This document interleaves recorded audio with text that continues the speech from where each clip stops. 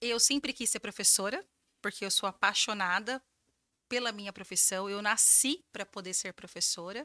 E aí você vai ter um profissional que vai intervir de uma determinada maneira, o outro de uma outra maneira, e como é que fica a criança nisso tudo? Então, este é um dos grandes desafios hoje da educação especial inclusiva. Hoje a gente tem aí as estatísticas mostrando que a gente tem uma criança para criança autista para cada 31, até recentemente era 36. E aí você também não tem só a criança com autismo em sala de aula. E ainda tem um outro público dentro da educação especial que raramente é visto, que inclusive estou fazendo uma pós-graduação nessa área, que são as crianças com altas habilidades de superdotação. E é um tema muito importante também. E que também estão sendo negligenciadas.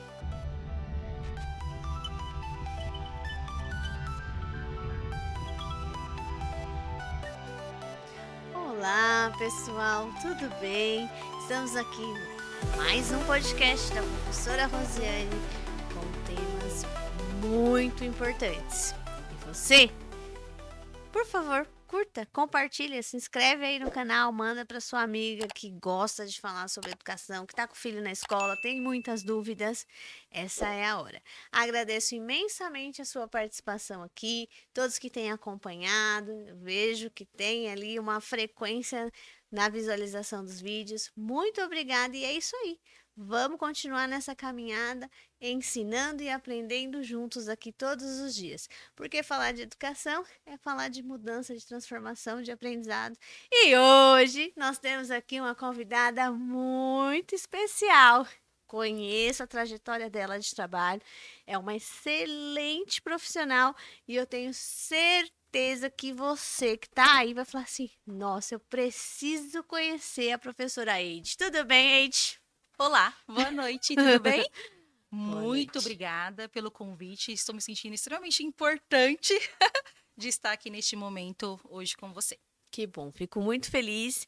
E uma das situações, quando eu pensei em criar esse podcast, é exatamente isso: é valorizar os profissionais de educação e mostrar para as pessoas o quanto nós nos dedicamos, o quanto nós buscamos aprender para poder ensinar os nossos alunos e buscar estratégias para ensinar cada vez melhor. E ela, gente, gosta de estudar, hein? Tem um currículo gigantesco, uma história muito bonita na educação, né? Se nós formos falar aqui de cada um, é muita coisa. Então, ela vai se apresentar para vocês. Presta atenção, hein? Tá precisando de ajuda para aprender um pouco mais sobre educação, educação especial, autismo, né? As salas de AE é com a professora Aide. Vamos lá, Aide, se apresenta aí para a galera. Então, eu sou professora de educação especial, mas antes disso, eu também sou uma pessoa muito família, sou muito amiga também, namorada, tia, amo ser tia, e sou professora e uma pessoa que luta por políticas públicas, mais especificamente sobre condições de trabalho, que é um tema muito importante, eu acredito, na nossa área. Eh, eu sempre quis ser professora, porque eu sou apaixonada pela minha profissão, eu nasci para poder ser professora. Então, desde muito pequena, eu já sabia que eu seria professora. Especificamente, eu queria, no início, trabalhar em salas hospitalares, e para isso eu precisava de uma habilitação, que na época precisava de uma habilitação em deficiência física em educação especial. Por esse motivo, eu fui para a Unesp de Marília, porque naquela época era a única universidade que oferecia essa habilitação. Só que, finalizando o curso, e porque a gente já tinha aprendido sobre as teorias da questão da educação, etc., tinha um bochicho na universidade de que o curso de habilitação em educação especial na área de deficiência intelectual não era muito bom. E era no curso noturno. E eu fiquei muito curiosa, eu falei, quero saber o que que se passa, porque como eu tinha concluído a deficiência física, e geralmente as crianças com deficiência física apresentam também uma questão aí de deficiência intelectual, eu falei, vou fazer, porque eu tinha ingressado também no mestrado. E aí eu me apaixonei, porque foi quando eu tive meu primeiro contato com a análise do comportamento aplicada. diferentemente das outras teorias, ela te fala como fazer, que é o que acho que falta muito, que a gente sente muita necessidade de como É faz. verdade? Como que eu ensino na prática, o passo a passo, para o meu aluno aprender a ler? Ah, e a minha criança se jogou no chão, ela está fazendo uma birra. Como que eu faço a intervenção? E essas respostas, a maior parte das teorias, elas não te dão. E isso eu encontrei nessa área. E aí voltei, então, depois que concluí o meu mestrado, ingressei em cargo público e fui me aprofundar nessa área. Então, depois disso, eu fiz alguns cursos rápidos pela Universidade Presbiteriana Mackenzie. Depois eu ingressei numa pós-graduação pela UFSCar. Depois emendei com uma outra pós, cuja coordenadora era a professora Viviane de Leon, que fala sobre a questão do TEACH, que é uma das abordagens também com práticas baseadas em evidências. E depois emendei também com uma do CBI of Miami, que fala exatamente dessas questões de avaliação, porque para você poder fazer intervenções assertivas, você precisa ter uma boa avaliação. E depois, como que você planeja isso, como que você faz a intervenção, como que você monitora isso e fica nesse contínuo. E agora eu pretendo iniciar também a quarta, que é no modelo Denver de intervenção precoce. Tá vendo? Eu falei, é aqui mesmo. Quer aprender? Vamos conversar? É com a professora Eide. Chega aí. Olha lá. Como que era a Eide criança? Você era bagunceira ou você era mais comportadinha? Eu Conta era pra gente. tão espoleta, mas tão espoleta, que aos 8 anos de idade eu sofri um acidente de bicicleta. Então eu tenho uma cicatriz aqui e outra aqui. Precisei passar por 2 cirurgias e eu tenho uma prótese. Então, aos 8 anos, quando eu estava na chamada segunda série, eu fiquei por 2 anos trancada dentro da sala de aula na hora do recreio, porque eu não podia sair, porque qualquer batida poderia ser fatal, porque eu fiquei sem osso aqui, o osso frontal, por 2 anos aguardando cirurgia. Então, eu era bem espoletinha. Menina, ela já começou bem, né? Tá vendo? Já aprontou, já logo foi com um acidente bem pra deixar a mãe dela bem doida. É bem E isso a mesmo. professora também, porque fala, como que a gente segura a criança na sala, meu Deus do céu. É bem isso. E na época que você estudava, né? Você lembra, assim, na infância, de ter a convivência com crianças de educação inclusiva? Não. Não me recordo. Se bem que na minha época, a turma que você começava, você ia com ela, né? Então eu comecei na primeira série e fui com a mesma turma até a quarta série. Depois teve aquela mudança de separação das questão das fases, aí eu fui para uma outra escola, e aí com a mesma turma que eu fui da quinta série, eu fui até a oitava série. Depois eu fui para o ensino médio. Muito bem. Mas você lembra de ter na escola? Na escola, sim, mas não muitos. Um ou outro. Não tinha esse contato que nós temos hoje, né? Exato. Que é bem maior. Exato. Como você se descobriu uma professora de educação inclusiva? Desde o começo, porque eu sempre fui apaixonada por educação, então eu sempre brinquei de escolinha, muitas vezes sozinha, corrigindo, depois eu corrigi meus próprios cadernos. E aí foi quando eu ingressei na universidade por esse motivo, e quando eu me apaixonei pela análise do comportamento, eu falei, é por aqui que eu vou, e nos estágios que nós fazíamos, e aí tinha uma galerinha boa, porque da minha turma, minhas amigas de República, todas nós nos especializamos em educação especial, inclusive tivemos um encontro ontem, exatamente para poder falar sobre trabalho, para poder falar sobre educação especial aqui no estado de São Paulo. E a gente foi assim, sabe, discutindo sobre as questões, vendo, tinha muita prática e eu falei, é isso aqui que eu quero. Tanto é que ingressei em concurso público, fiquei 1 ano no ensino regular e depois já migrei para a educação especial, que é onde eu permaneço até hoje, já faz mais de 15 anos. E ela é atuante mesmo, de verdade. Além de trabalhar na sala dela, porque a gente trabalha junto na mesma escola, né? Sim. Além de trabalhar ali no espaço dela, que é professora de AEE, ela tem falas muito importantes dentro do município. Ela acompanha grupos, né, que trabalham com as crianças de educação especial. E ela tem ali uma fala importante toda vez que tem um assunto ali, tá falando de educação inclusiva, a Ed tá lá. E Mais ou menos por aí mesmo. Deixa eu te contar uma curiosidade. Conte. Adoro. Você sabe que às vezes as pessoas me chamam de professora do AE. E eu digo, não sou. Não, como assim? Eu sou professora de Explica educação isso. especial. Por que que acontece? A educação especial ela é um conjunto de serviços. E um dos serviços da educação especial é o atendimento educacional especializado. Mas não se resume somente a isso. É que alguns municípios se organizam dessa forma. Mas onde deveria estar o professor de educação especial? Sempre que tiver uma criança que precisa estar incluída no ensino regular para poder obter sucesso. Então, isso não necessariamente acontece somente no contraturno.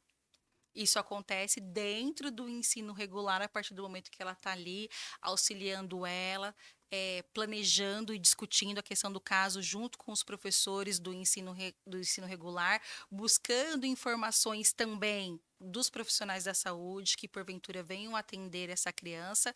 Então, é nessa intersecção desses vários setores para poder pensar de fato sobre a inclusão dessa criança no ensino regular para que ela tenha sucesso. Eu não me recordo se foi na época que você estava na coordenadoria, ela também já fez parte da coordenadoria, né, de educação inclusiva, Uhum. que as profissionais da sala de AE, as professoras da sala de AE, elas iam até a escola Exato. para conversar com os professores, E para né? discutir o caso. Sim, até na maternal eu cheguei a receber profissionais. Porque o desafio hoje é exatamente esse. Então, você tem uma professora que está na sala do AE, ela faz uma avaliação e ela faz um planejamento. Você está lá no ensino regular, você tem a professora do ensino regular, que ela faz uma avaliação e um planejamento. Em alguns municípios também, você tem os agentes de inclusão escolar, ou professores de inclusão escolar, que também têm um outro olhar. Às vezes, você tem o cuidador, também o auxiliar de classe. Como que você faz o diálogo disso tudo, se a criança continua sendo a mesma? E aí você vai ter um profissional que vai intervir de uma determinada maneira, o outro de uma outra maneira, e como é que fica a criança nisso tudo? Então, este é um dos grandes desafios hoje da educação especial inclusiva, que é exatamente essa rede que dialogue em benefício da criança. Tá vendo? Bora lá! Bom, vamos falar de autismo, né? Vamos lá. Vamos lá. Autismo ainda é um tabu em muitas famílias e escolas. O que você escuta de mito que precisa ser quebrado? Não vai aprender nunca. Tá vendo? Essa Mito, mito, mito. essa é a incidência maior que eu escuto. E aí, o que que acontece que está faltando aqui no Brasil? Políticas públicas que sejam mais assertivas. Sim. Porque a criança, ela aprende. E isso, as várias teorias, inclusive de educação, demonstram isso e as pesquisas. Agora, o que acontece é que, às vezes, o meio é que não fornece as condições necessárias para que ela aprenda. Posso citar um exemplo? Pode, por favor. Uma criança com autismo, que se diz, né, nível 3 de suporte, não gosto muito de ficar classificando, porque quando a gente fala assim, a professora Rose, ela é normal, mas ela é nível de suporte 1, 2 ou 3. A gente não faz isso. Mas com as crianças que estão dentro da educação especial, a gente quer rotular. É grave. Não gosto disso. Mas, enfim, essa classificação, ela ajuda, na verdade, a dizer o quanto de suporte que essa criança precisa. E aí você tem esses níveis, né? 1, 2 e 3. Então, adotando essa perspectiva, uma criança de nível de suporte 3. E ninguém conseguia lidar com aquela criança, supostamente não aprendia nada. Essa era uma queixa na época da professora que a acompanhava exclusivamente. Ela não faz nada, não sabe nada, só fica no mundo dela, não interage, não nada. E aí no AE a gente começou a trabalhar com uma comunicação alternativa. Porque a gente observa que as crianças que não têm uma comunicação funcional, a incidência de comportamentos que a gente chama de disruptivos ou inadequados é maior. Então eu comecei a trabalhar com ela esta comunicação. Até que chegou num ponto de que, num determinado dia, eu chamei as duas coordenadoras da escola, chamei também professor, chamei também inspetor de aluno e coloquei todo mundo na sala. E o que que ela precisava? Ela precisava se comunicar. Então, cada pessoa tinha um objeto não, desculpe-me, tinha um alimento diferente que ela gostava, que eu já tinha testado anteriormente, e ela tinha que pedir por meio de figuras. Então ela associou corretamente a figura que ela precisava entregar para a pessoa que estava com o alimento para ela poder receber o alimento.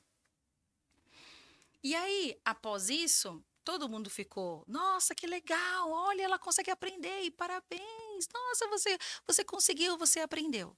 E aí eu chamei o pessoal para reflexão. Eu disse, o parabéns, na verdade, não é para ela, é para nós. Porque nós finalmente conseguimos encontrar um caminho, um meio para que ela pudesse se comunicar. Que é esse o paradigma da inclusão. Não é a pessoa, é o meio. Então, quando a gente conseguiu dar condições para ela, ela começou a se comunicar de maneira funcional. É.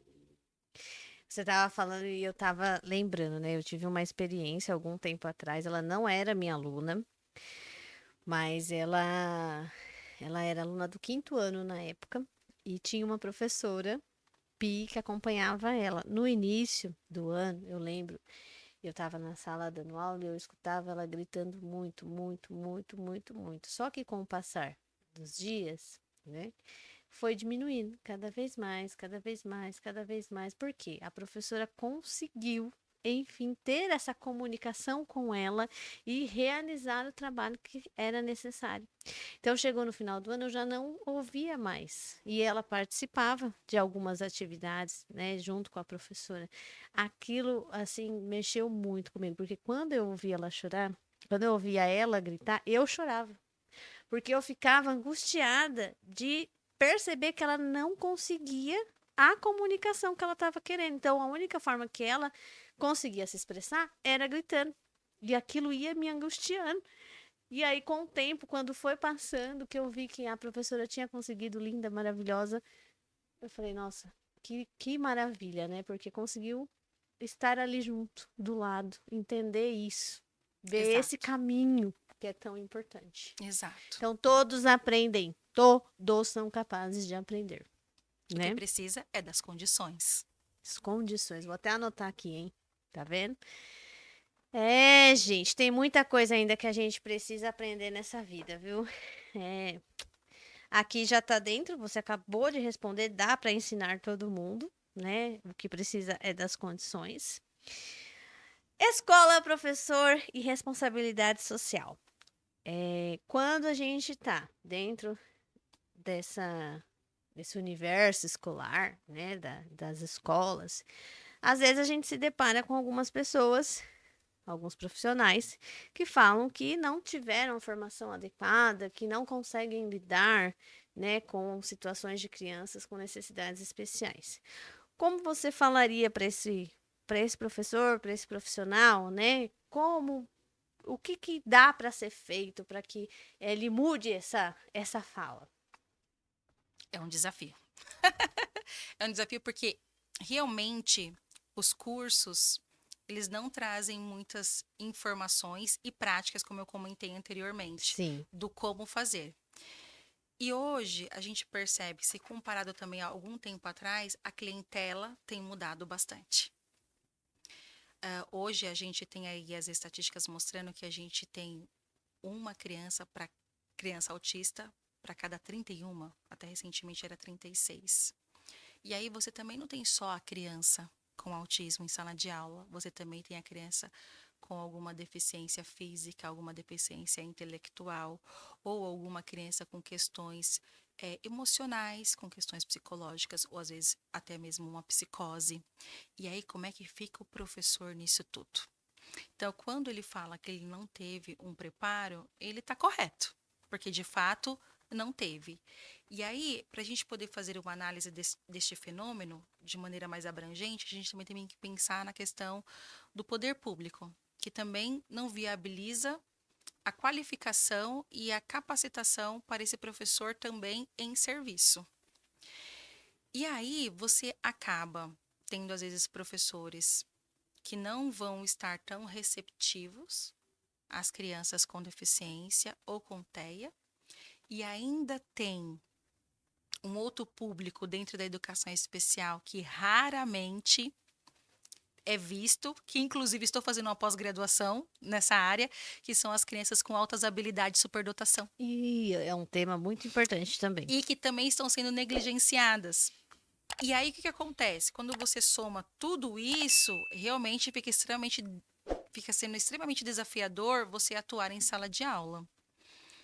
Agora, o que a gente observa? Que quando também tem um professor que ele também tem condições de buscar formação e capacitação, ele também consegue atuar melhor com essas crianças e ele também não se sente tão sobrecarregado e evita o adoecimento, porque é isso que está acontecendo hoje, Sim. do modo como está posta hoje a inclusão no Brasil.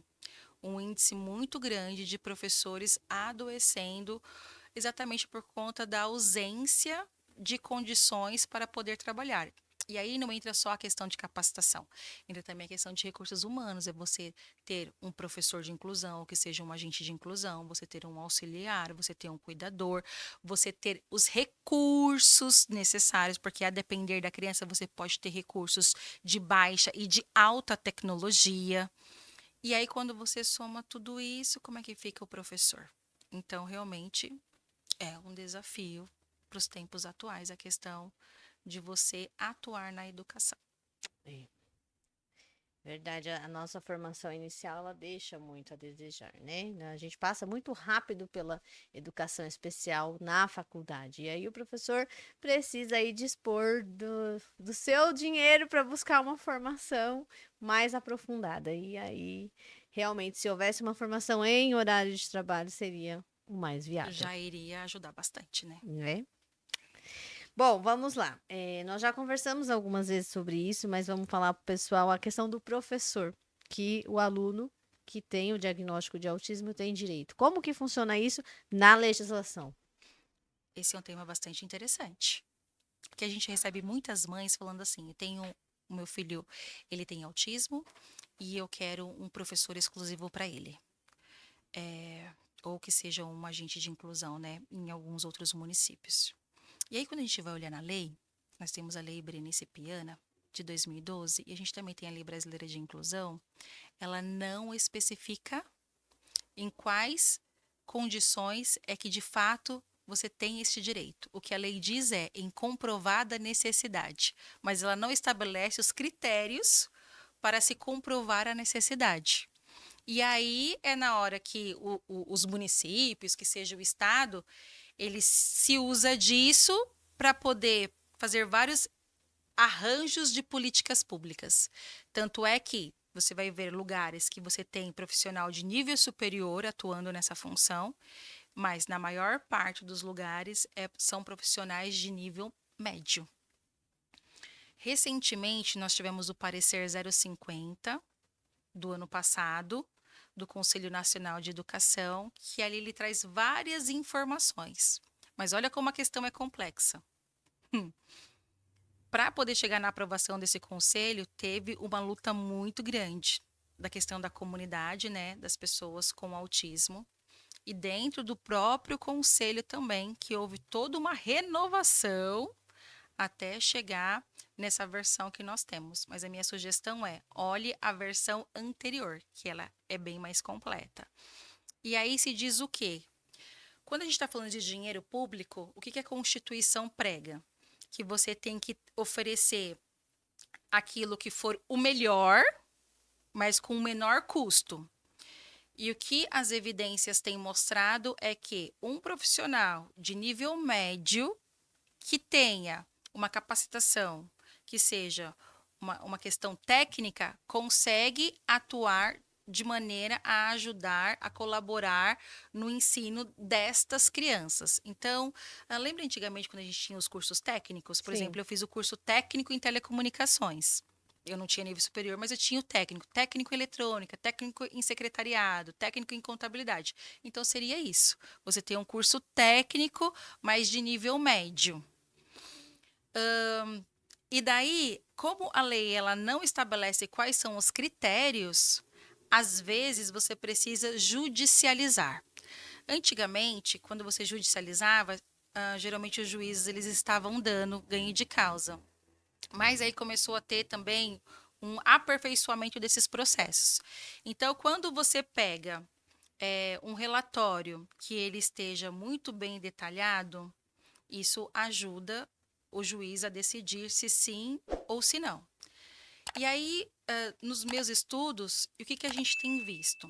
Quem é que precisa deste profissional, que a lei diz que é especializado, mas ele não especifica qual é a formação. Ele diz especializado nesse sentido de estar ali para apoiar e para ajudar, e não necessariamente uma especialização, que às vezes a gente supõe que seja nível de pós-graduação, por exemplo. Então, se você tem uma criança que ela tem dificuldade no repertório de habilidades desenvolvimentais, o que são essas habilidades? Que são pré-requisito para a construção de outras habilidades. Então, por exemplo, a criança, se ela faz contato visual ou não, se ela tem o responder de ouvinte, que é quando você chama pelo nome, se ela atende, se ela compreende funções básicas, se ela senta, se ela consegue manifestar as suas necessidades, os seus desejos, as suas emoções. Então, se você que são os marcos do desenvolvimento, né? O que você espera para uma criança de um ano, de 2 anos, de 3 anos, e assim sucessivamente? Então, se você tem ali um déficit, então você tem aí essa questão do comprometimento das habilidades desenvolvimentais. E aí, se você também tem uma criança que ela também tem uma ausência do repertório de habilidade de estudante, que seria a criança sentar. Porque, veja, uma criança que fica andando para lá e para cá na sala, ela dificilmente vai aprender. Porque como é que você vai aprender andando para lá e para cá? Uhum. Então, você precisa o quê? Atender comandos simples, sentar, mas não é só sentar, permanecer sentado, você se engajar na tarefa. Então, quando você não tem isso que é chamado de habilidades de estudantes, aí você precisa de um agente especializado, que seja um professor de inclusão ou um agente. Por quê? Porque o professor sozinho, ele não vai conseguir estar lá na sala com 30 crianças e uma criança que está andando para lá e para cá, para lá e para cá. Uma criança que às vezes está gritando, uma criança que está chorando, uma criança que está batendo. Então, ele não vai conseguir. Então, ele precisa de quê? De fato, de um suporte. E aí, eu tenho esse profissional. Essa criança também, que ela não tem esse repertório das habilidades desenvolvimentais e ela está num determinado ano, o professor também não vai conseguir parar para poder ficar voltando. E aí você precisa desse profissional. Agora, EID, que é o que a gente vê muito, e aí algumas mães ficam até chateadas comigo quando eu falo. Se você tem uma criança que ela só tem, não é que ela só tem, mas quando você tem uma criança que a dificuldade dela ou a necessidade dela é em relação às habilidades acadêmicas, aí você não precisa desse profissional de apoio. Porque aí o professor vai dar conta disso, porque qual que é a nossa função? Que é exatamente isso, de ensinar o currículo. Sim. Então, se essa criança, é a questão dela só de adaptação de currículo, então espera-se que o professor, por ter nível superior, ele consiga realizar isso fazendo estratégias ali na sua aula. Então, por exemplo, se eu tenho uma criança que ela responde de melhor maneira, de forma oral, do que registrando, eu não preciso forçar ela a ficar o tempo inteiro registrando. Eu posso fazer isso de forma oral. Se ela precisa de um tempo maior para poder realizar a prova, eu posso ofertar esse tempo maior para ela poder realizar a prova. Eu não preciso fazer com que ela termine junto com todo mundo. Aí sim, o professor daria conta. Então, às vezes existem essas confusões, porque a lei ela não diz que é para todo mundo, ela diz que é incomprovada a necessidade, mas ela não estabelece os critérios, nem também estabelece qual é o perfil desse profissional. Essas informações a gente vai encontrar no parecer 050 do Conselho Nacional de Educação do ano passado. Se você pudesse fazer uma lei, você pudesse chegar, ter esse, conversar com uma autoridade, né, que fosse responsável por esta organização, qual seria a sua sugestão? Investir em práticas baseadas em evidências. O que seria isso? A gente tem muitos modismos na educação. E às vezes a gente investe um alto valor em algo que não está comprovada ou que não é nem necessário. Então, às vezes você tem recursos de alta tecnologia que às vezes não vai chegar na necessidade das crianças, daquela criança, e às vezes recursos de baixa tecnologia, como por exemplo, su- encadernações, sulfite, plastificações, velcros, às vezes os professores não vão ter materiais básicos para poder trabalhar. E às vezes tem recursos de alta tecnologia, mas que não vai atender às necessidades específicas daquela criança. E aí, a questão das práticas baseadas em evidências é sobre isso, que às vezes a gente tem tanta capacitação, e aí, de novo, não chega na questão do como. Como eu faço? Então, a minha criança entrou em crise, ela está se jogando no chão, ela está gritando, ela está batendo. Qual é o procedimento assertivo para poder intervir de maneira que eu vou saber que conduzindo aquele plano vai reduzir o comportamento dela? Isso a gente não vê por aí, a gente não aprende sobre isso e o poder público também não investe nisso.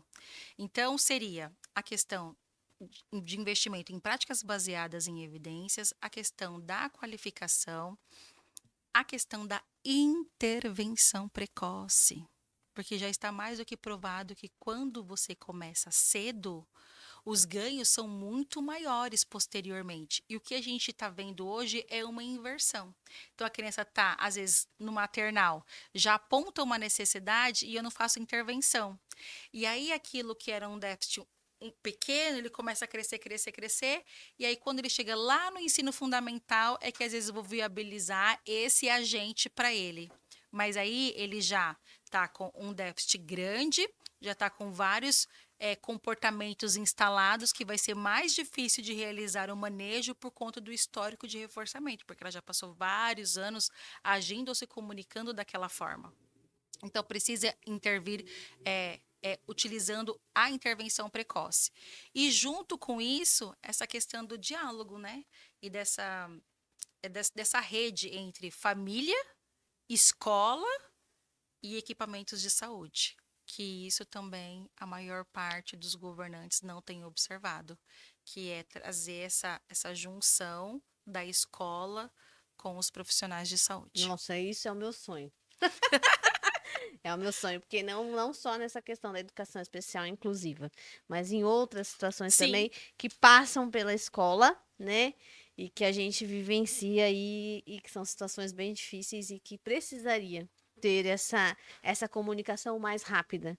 Porque, infelizmente, nem todas as famílias atendem ao pedido da escola. Então, às vezes, a escola fica lá chamando, chama uma vez, chama duas, chama três e não vem.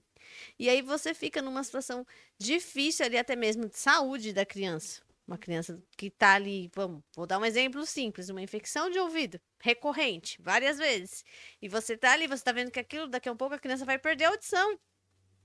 E nada é feito. Entendeu? Porque você chamou a família uma vez, chamou pela segunda, chamou pela terceira e não veio. Então, qual o caminho mais fácil? Não é a minha obrigação enquanto professora levar essa criança no pronto-socorro, mas poderia ter um caminho mais fácil para que exato. essa criança fosse atendida.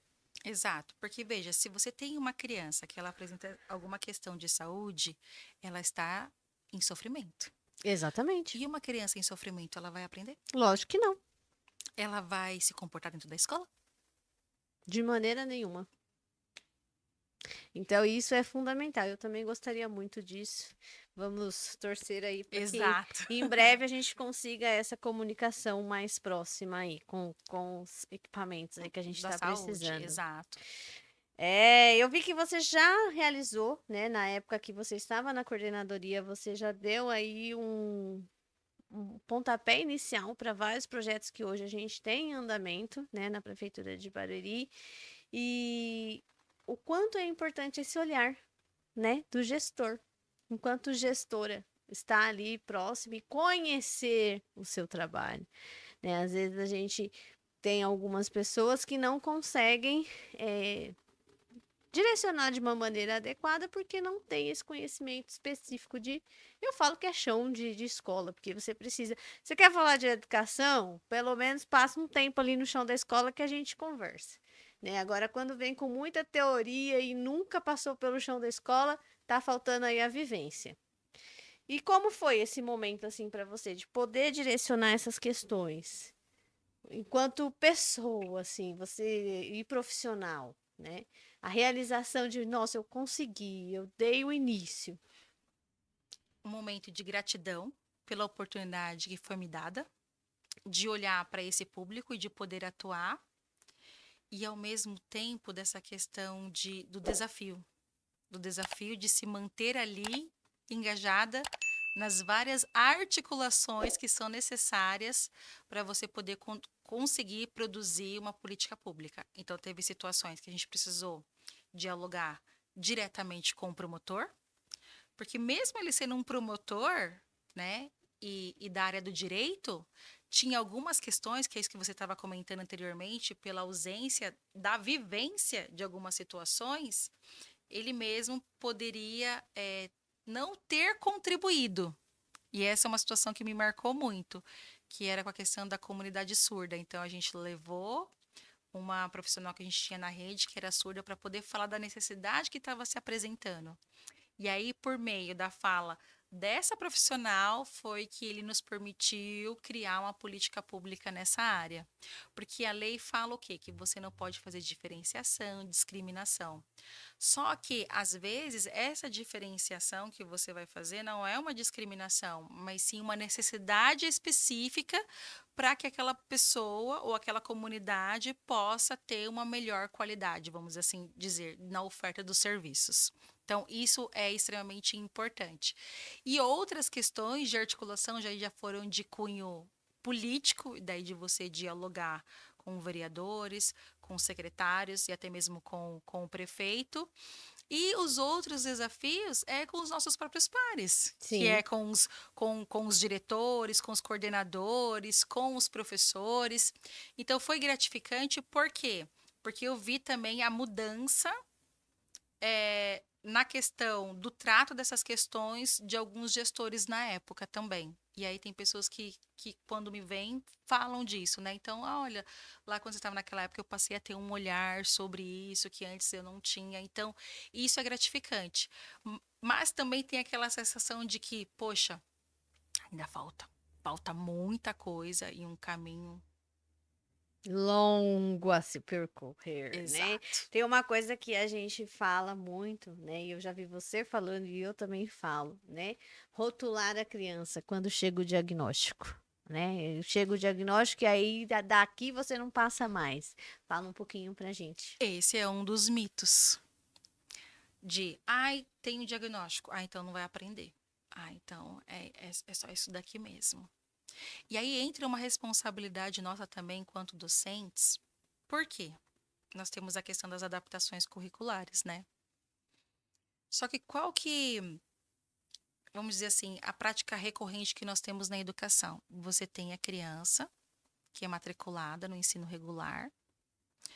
Aí aquela criança, ela não se desenvolveu, mesmo se eu for comparar ela com ela mesma, e exatamente por conta de que às vezes nos falta conhecimento, condições, etc. Mas eu vou lá e dou nota azul para essa criança. E aí, quando eu dou nota azul para essa criança, quem é o gestor maior que está fazendo a leitura? Está fazendo qual leitura? Bom, tá tudo ok com a educação especial, porque essa criança ela tá tendo direito a frequentar o ensino regular, então tá aqui a matrícula dela, e ela está tendo o quê?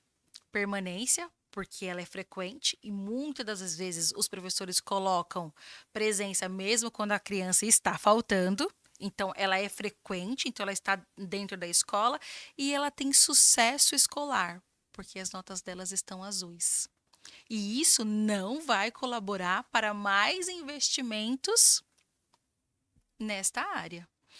Então, retomando o que você estava comentando, né? Então, chega o diagnóstico, às vezes a gente diz, essa criança não vai aprender mesmo, e aí a gente vai colocando presença e vai dando nota azul. Quando, na verdade, a gente deveria fazer o caminho inverso.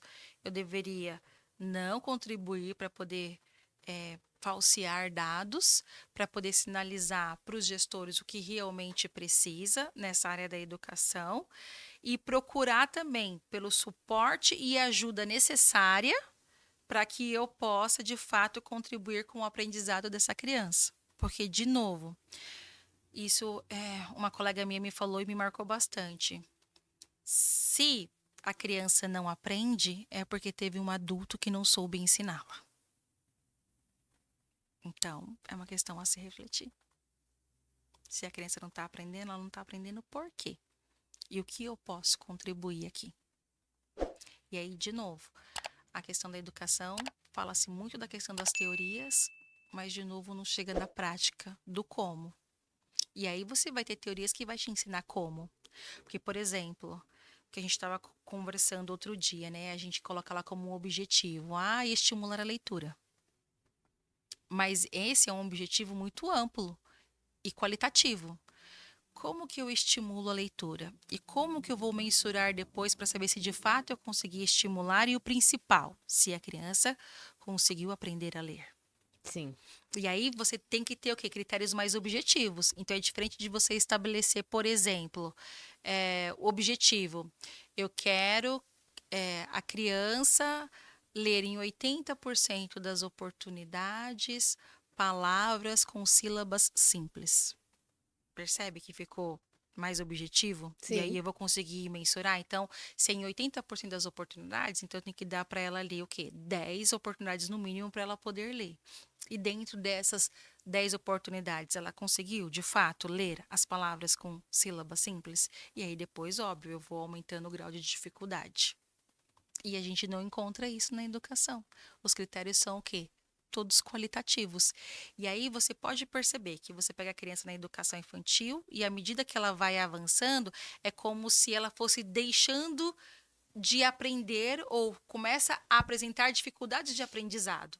Mas como? Se ela começou lá pequenininha e aí vem os critérios qualitativos, então vai, 10, 10, 10, 10, 10.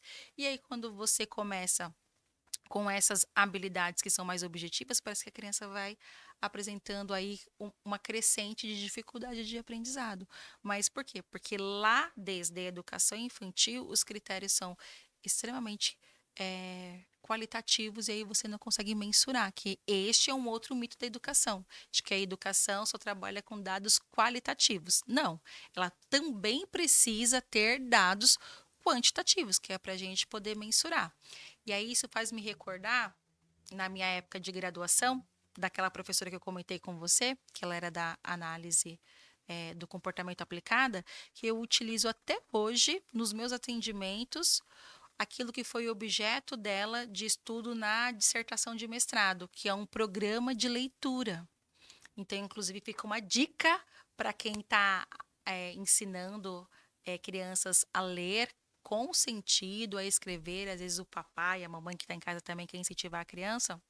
Então, tem as coleções Estrelinha 1, 2 e 3, da editora Ática, autoria da Sônia Junqueira, que ali ela vai apresentando alguns níveis de dificuldade. E aí você vai trabalhando isso com a criança. É óbvio que você tem fichas ali que eu utilizo de mensuração, porque daí eu consigo ver quanto tempo que a criança leva para poder ler um livro inteiro, quantas palavras ela vai conseguir ler ali dentro daquele tempo, se ela precisou de ajuda para ler ou não, se ela precisou de dicas, se ela leu com independência. Então, veja, olha a riqueza de dados que eu consigo. Tudo de forma quantitativa, porque daí eu vou conseguir realmente analisar o percurso dessa criança.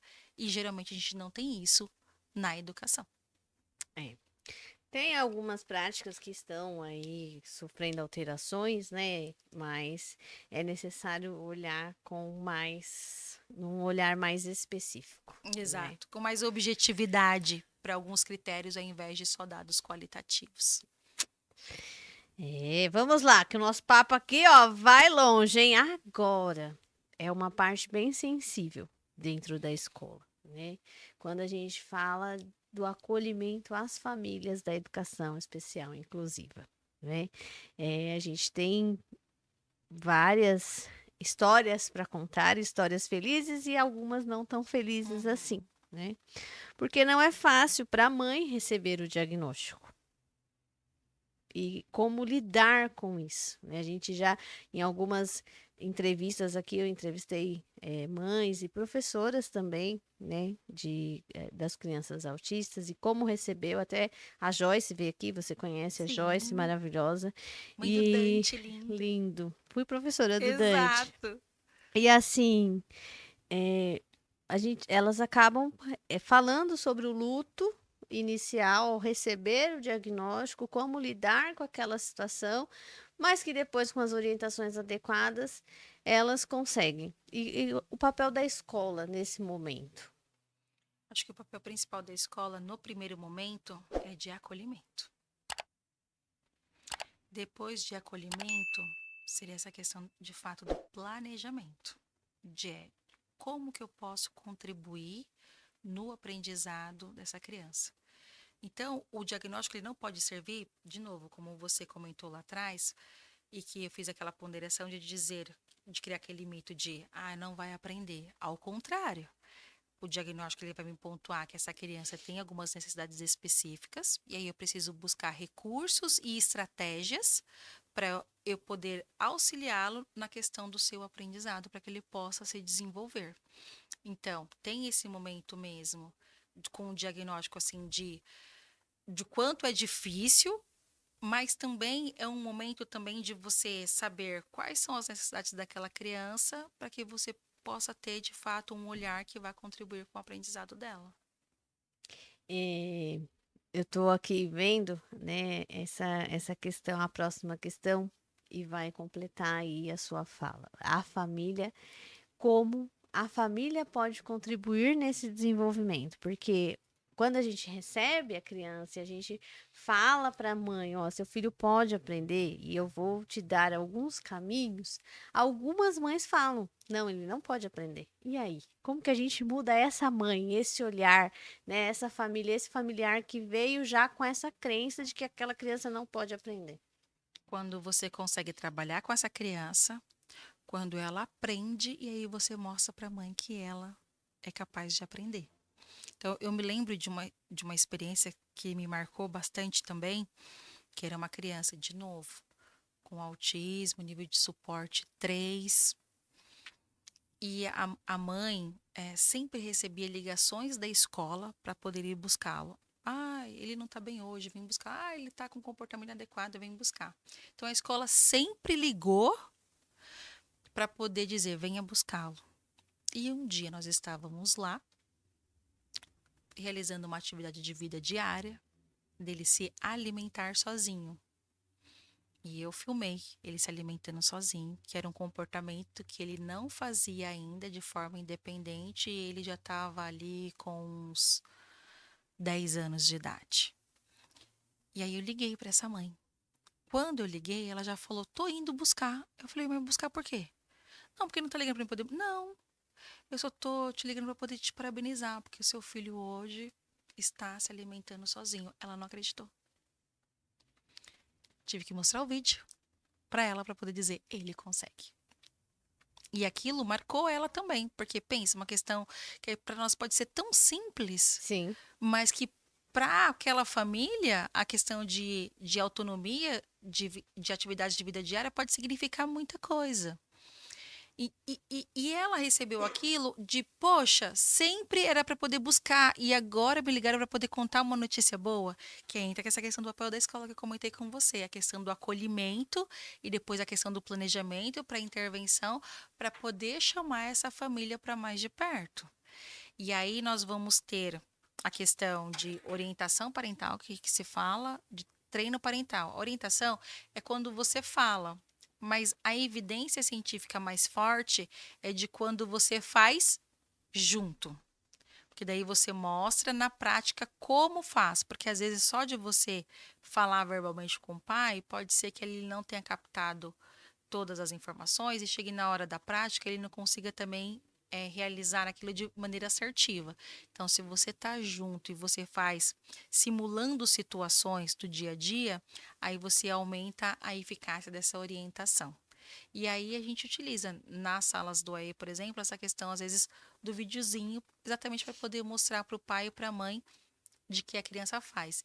E vou te dizer, você comentando agora, acontece várias situações de casos de que às vezes os pais não acreditam, de dizer, ele está fazendo? Sim, ele está fazendo. É. Eu já passei também por experiências não só com autismo, mas também com síndrome de Down, né? Na questão de alfabetização, de você conseguir alfabetizar, né? E às vezes a mãe ter esse olhar de não, não vai, mas vai. Né? Lógico, gente, que não é de uma hora para outra, é um trabalho de formiguinha, né?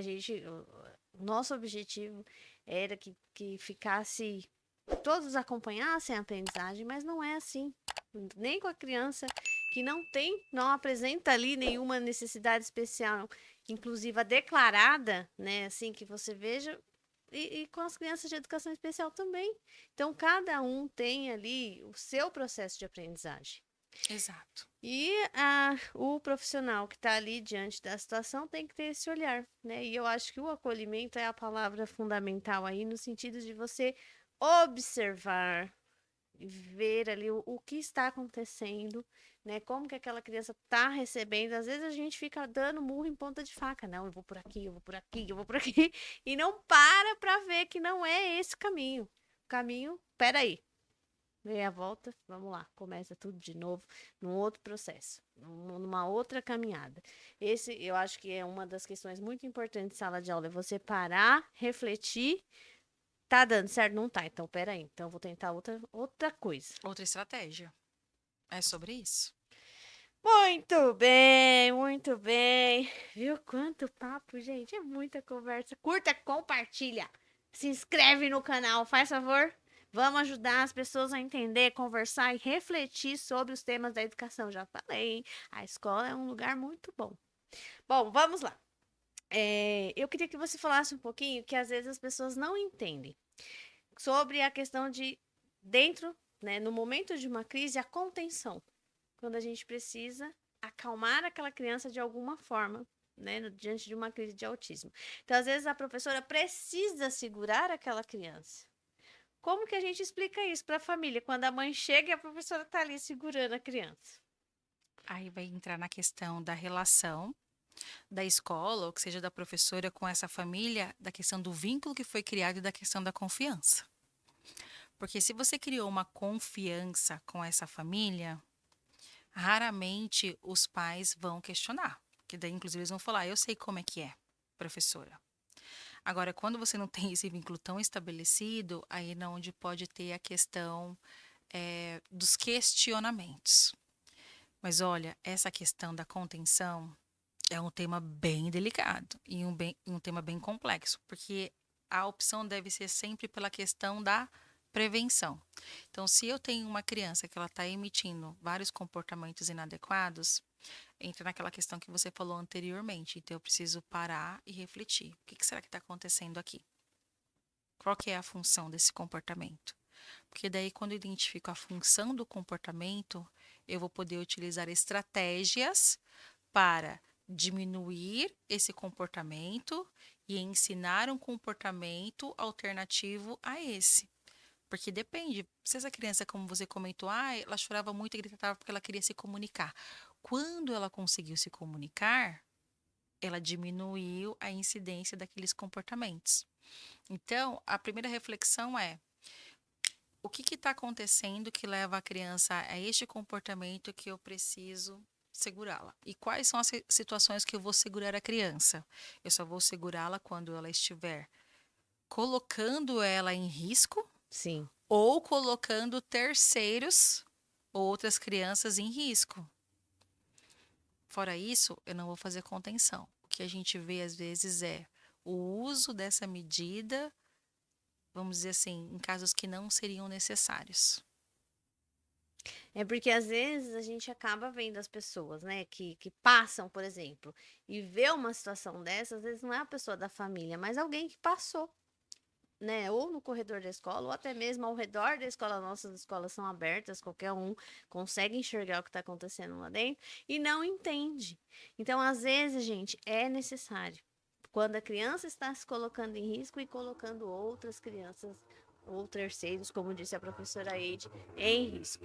Exato. Eu estava numa escola, por exemplo, que a criança ela estava batendo com uma alta frequência a cabeça na parede E aí ela saiu da parede para poder ir pro vidro, para poder bater a cabeça no Então. vidro. A gente vai deixar? De maneira nenhuma. E aí, só que, de novo, né? Às vezes a gente não tem o conhecimento necessário. Eu nem precisei de fazer a contenção na criança, porque eu só precisei redirecionar o comportamento dela. Então, depois de uns 5 minutinhos que eu estava na sala, ela já mudou o comportamento. Mas por quê? Porque a gente tem o conhecimento necessário para poder fazer a intervenção. Então, se nós tivermos meios para adquirir esses conhecimentos, a gente não vai ficar sofrendo tanto na nossa prática do dia a dia. É. Tá vendo, gente? Quer aprender com a professora Eide? Tem Instagram, né, Eide? Eu tenho Instagram, mas eu vou te contar uma coisa. Eu não Conte. utilizo o meu Instagram. Não acredito, Se mas você tem que olhar lá no meu usar. Instagram, não tem uma publicação. Mas tem que usar, como que o povo vai te achar? Eu vou contar uma curiosidade. Eu comecei a namorar e aí o meu namorado não tinha Facebook, porque aí eu tinha Facebook, ele não Ah. tinha. E aí eu criei uma conta no Instagram só para poder ficar stalkeando ele. Mas nunca utilizei meu Instagram. Ai, Preciso tá começar vendo? a utilizar. Por favor, as pessoas querem te ouvir, querem ver lá a sua opinião, que você coloque lá. Ela gosta, gente, ela cria uns documentos muito legais e tem, assim, essa facilidade de explicar, ela se dispõe, né, a conversar sobre o assunto, a debater, ela gosta disso e faz com amor, né? Sim, porque eu sou apaixonada pela educação, nasci para ser professora, mas eu preciso realmente ser mais atuante de forma digital, vamos dizer assim. Que eu ainda, acho que eu sou ainda do século passado. O negócio ainda Não, tá tem assim, que vir pro no digital. presencial, no tete a tete. Vem aqui com a professora Preciso desenvolver Rosiane, essas minhas habilidades vamos mais trabalhar nessa essas área. habilidades aí. Tem alguma história assim que te marcou muito, que você fala, nossa, meu, essa história mudou, transformou a minha vida, o meu olhar. Várias, várias. Mas eu vou contar essa em específica. Eu tinha um aluno com autismo. Tinha, não, eu tenho. É nível de suporte 3. Era aquela criança que, quando chegava na sala, fugia. Para um lado para o outro, correndo, se batendo, não prestava atenção em nada, não conseguia se concentrar. Qual que passou a ser o meu primeiro objetivo com essa criança? Que ela permanecesse na sala, que ela não fugisse, Sim, que eu pudesse ficar com ela na sala e de porta aberta. Olha o passo a passo. Era só esse o objetivo. Quando ela alcançou esse objetivo, que eu podia deixar a porta aberta, qual que foi o próximo passo? Que ela sentasse, porque ela não sentava. Ela começou a sentar. Só que não bastava só sentar, ela tinha que permanecer sentada. Porque ela, tipo, sentava, 1, 2, 3 segundos e já se levantava. E aí, qual que foi o trabalho para ela poder permanecer sentada? Quando ela passou a permanecer sentada, que ela realizasse atividade. Mas às vezes ele só fazia um rabisco ou alguma coisa. Então ele tinha que executar a atividade como um todo. E aí depois aprender a alternância entre ficar engajado na atividade, realizá-la e ter um tempo de pausa, de descanso, porque isso tem em todos os meus atendimentos. A criança ela tem um momento dela de fazer atividade e ela tem um momento dela de pausa. E nessa pausa ela pode fazer o que ela quiser. É aquilo que ela gosta de fazer. Então tem criança que às vezes fica deitadinha, tem criança que às vezes quer assistir alguma coisa no Chrome, tem criança que quer ficar com algum objeto. Essa criança em específico, ela gostava de sentar numa cadeira de rodas que tinha na sala e ficar andando com a cadeira de rodas, era o momento dele. E aí todo mundo olhava para essa criança e dizia: não vai aprender, não vai aprender. E eu, às vezes, eu também fico assim, porque eu já fico, sabe, com o que as pessoas já vêm falando, você já fica também assim, até temerosa, falou: meu Deus do céu, agora vai chegar a criança assim que alguém falou tal, tal, tal. Resumo: hoje essa criança está alfabetizada, tanto na área da língua portuguesa quanto na área da matemática. No cálculo sim. simples ela já tá resolvendo. E ela lê e interpreta livros com palavras simples. E agora a gente está trabalhando a interpretação de livros com palavras complexas. E aí, esse caso me marcou muito exatamente sobre isso, para dizer que todas as crianças aprendem. Se você conseguir realizar um trabalho que de fato atenda às necessidades dela e a respeite no seu aprendizado. E, paralelamente, quando a gente estava falando dessas questões de rede, de apoio, etc., a importância de políticas públicas que acolham, que sejam rede de apoio para essas famílias que, na maioria das vezes, são mães solos. Sim. Ou que, ainda que não sejam mães solos, é a que passa a maior parte do tempo cuidando da criança, a cuidadora. E aí, eu só espero não chorar aqui. A mãe desse aluno, na verdade, ela também tem um outro filho com autismo também. E aí um dia ela chegou na minha sala e ela, conversando comigo também, ela começou a chorar e ela começou a falar e num dado momento ela disse assim: professora, me desculpe estar desabafando com você, é que como eu tenho os meus filhos que são assim, eu não posso ir na casa de ninguém, porque olha como é que eles agem, como eles se comportam, eu não consigo ir. E ninguém vai na minha casa também porque eles são assim. Eu não tenho amigas. Eu sou sozinha. Isso entrou em mim assim, que saiu me cortando por dentro. Porque você vê ali o grau de desafio dessa mãe com seus dois filhos e que não tem nem oportunidade de dialogar com alguém para poder desabafar. E aí, onde que está as políticas públicas nisso tudo? E aí, recentemente, em 2022, em maio de 2022, o que foi noticiado? Por exemplo, uma mãe que morreu e o filho de 6 anos ficou por 12 dias convivendo com o corpo da mãe. 12 dias. Onde que estava a escola? Que não fez uma busca ativa, quer dizer, uma criança não frequenta 12 dias a escola e ninguém vai perguntar, se O querer que saber o que aconteceu? aconteceu, que entra naquela questão dos dados que eu falei para você. Às vezes a criança não está indo para a escola e às vezes o professor está colocando presença para ela lá. 12 dias.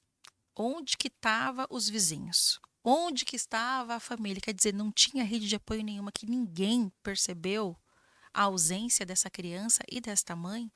E agora, mais recentemente, em maio desse ano, uma mãe também, que ela, na verdade, matou a filha, matou a sua mãe, que no caso era a avó da criança, e depois ela se suicidou. Tinha uma filha também de 1 ano e 7 meses com uma doença congênita grave. Só foram perceber também, e os corpos só foram localizados no apartamento 3 dias depois. De novo, onde estão os vizinhos? Onde estão os amigos? Onde está a família? Sim. Onde está a escola? Onde que está qualquer que seja uma rede de apoio? Não tem.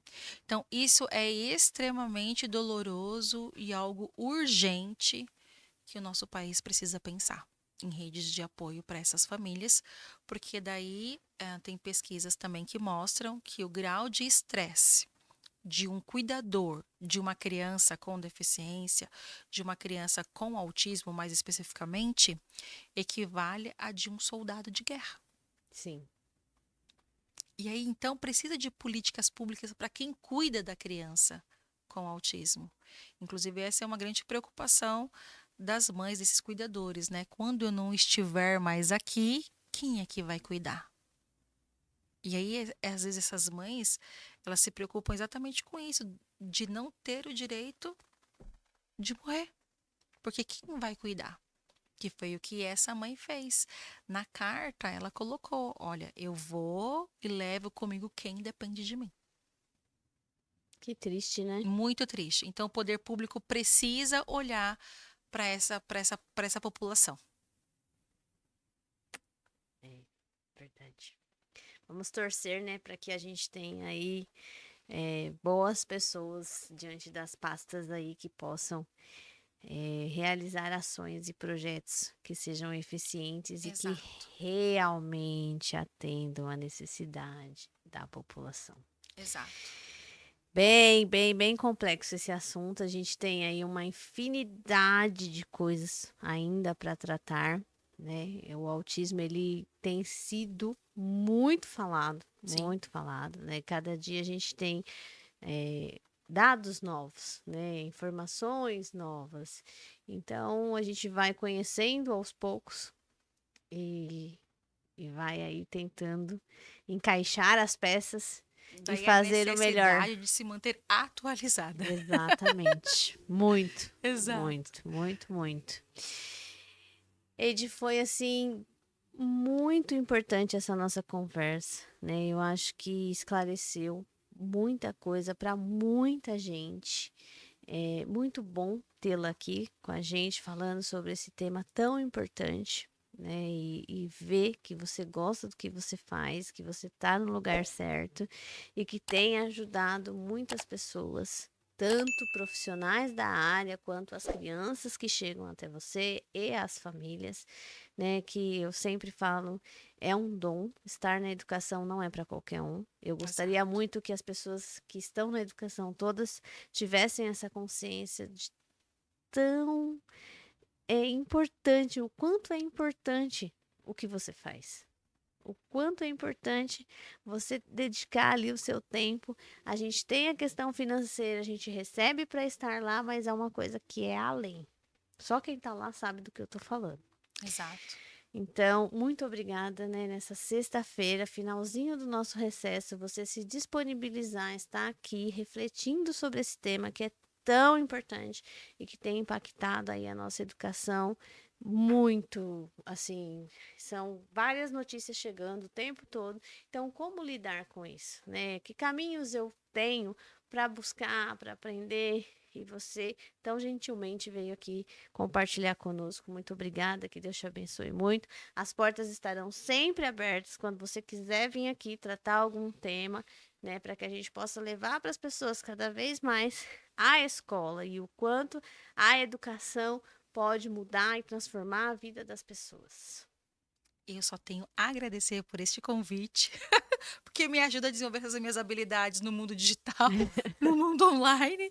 E como eu disse para você anteriormente, eu me senti muito importante quando você me convidou e eu estou extremamente grata por esse momento e eu só tenho a te agradecer e, se me convidar, voltarei novamente.